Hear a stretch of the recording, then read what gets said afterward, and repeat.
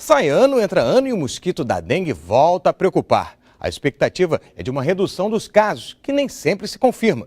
No ano passado, os números foram bem maiores do que os registrados em 2012. Os dados divulgados pela Secretaria de Saúde alertam para o aumento de infecções pela dengue em todo o estado.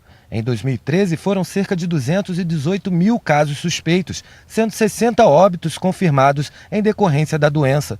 Só na capital foram 22 mortes, um aumento de 36% em relação a 2012, que apresentou cerca de 184 mil casos suspeitos, com 44 óbitos confirmados. Um projeto desenvolvido pela Fiocruz quer frear esse aumento no número de infecções.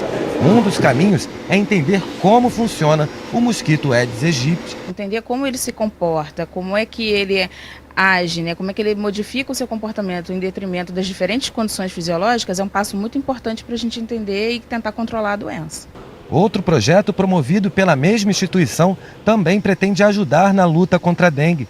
Uma exposição que acontece no Museu da Vida, onde os visitantes vão aprender a identificar focos do mosquito e conhecer os sintomas da doença. Nesse painel, o visitante vai poder ver como está a situação da dengue em todo o globo terrestre. As áreas marcadas em vermelho são as mais críticas e o Brasil, olha só, se destaca. Clicando sobre o mapa, é possível ver casos da doença em diferentes regiões. A proposta é que o visitante faça uma viagem no mundo do mosquito. Nós vamos enfocar que o visitante conheça um pouco mais desse mosquito. Pois é, vamos saber com a subsecretária estadual em Vigilância em Saúde, Ellen Miyamoto, o que provocou esse aumento do número de casos de dengue e de mortes. Muito boa tarde, obrigado pela sua presença. A entrada do tipo 4 aqui no estado do Rio ajudou a esse número aumentar? Isso, desde 2012 a gente já esperava esse aumento, né, por conta da entrada de um vírus novo em que quase 100% da população tinha suscetibilidade a ele.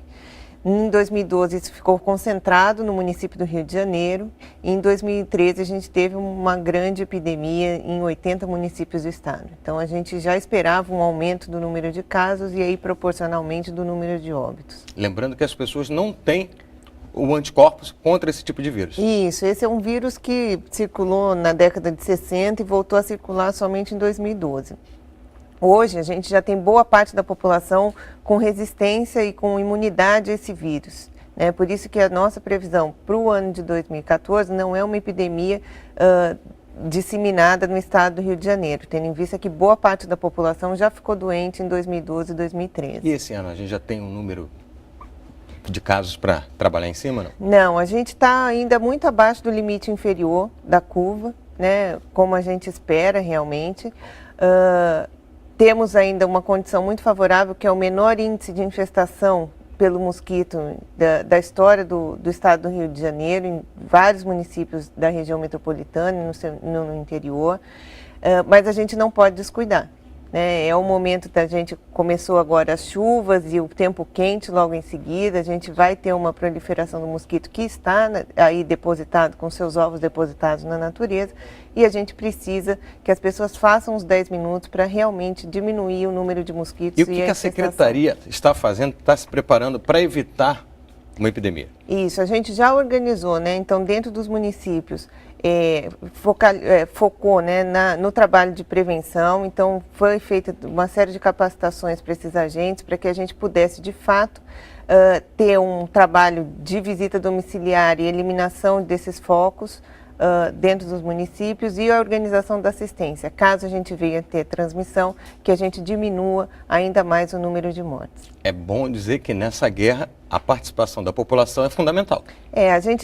O poder público não consegue sozinho conter o mosquito, né? A gente precisa lembrar que 85% dos casos de dengue são transmitidos por picadas dentro da própria residência das pessoas. Então a gente precisa que as pessoas cuidem das suas residências, façam um checklist, vejam e eliminem os focos dentro da própria residência para que a gente possa ter um verão mais tranquilo, com menos casos possível e muito menos óbitos. Ellen Miyamoto, muito obrigado pela sua participação aqui no Repórter Rio.